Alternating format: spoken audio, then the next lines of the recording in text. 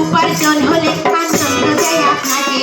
তাই বিদেশে প্রধান কর্তব্য পালন করবেন সবে, নিজের এবং দেশের সুনাম অক্ষুণ্ণ রাখিবেন। বিদেশ গিয়ে কষ্টের অর্থ অপচয় করবেন না, মিতব্যয়ী হয়ে করুন ভবিষ্যৎ ভাবনা। পরিবারের লোকজনে দেশে রবে যারা, নিয়মিত তাদের সাথে যোগাযোগ করা। শুধু রেমিট্যান্সের উপর ভরসা না করে নিজেরাই করুন কিছু উপার্জন সংসারে। অর্থ নিয়ে যখন দেশে ফিরিয়ে আসিবেন, উন্নতির লক্ষ্যে সেই অর্থ ব্যবহার করিবেন। যে দেশে যাবেন সে দেশের আইন মানতে হবে, সে দেশের সংস্কৃতিকে শ্রদ্ধা করবেন সবে।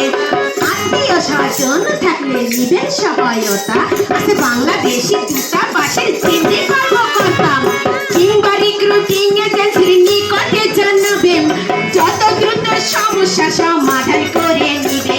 এতে নিরাপদ হয় স্বচ্ছভাবে, নিরাপদ হয় স্বচ্ছভাবে, নিরাপদ হয় স্বচ্ছভাবে, নিরাপদ হয় স্বচ্ছভাবে।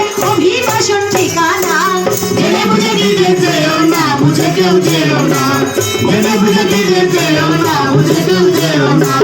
বিদেশ প্রেরকের জন্য পুনরেকত্রীকরণে, বিদেশ প্রেরকের জন্য পুনরেকত্রীকরণে সুযোগে দিও না, জেনে বুঝে দিতে যেও না, বুঝে কেউ যেও না, জেনে বুঝে দিতে যেও না, বুঝে কেউ যেও না।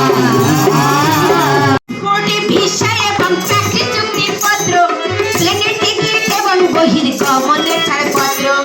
অভিবাসন বিষয় জানতে যোগাযোগ করিবে, নিকটস্থ এমআরসি অফিসে যাবে। অভিবাসন ব্যয় কত আগে জেনে নিন, চুক্তিপত্র দেখে এবং বুঝে স্বাক্ষর দিন।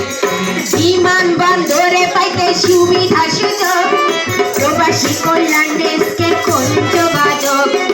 একটি কথা সকলের জানা থাকা দরকার, প্রবাসীরা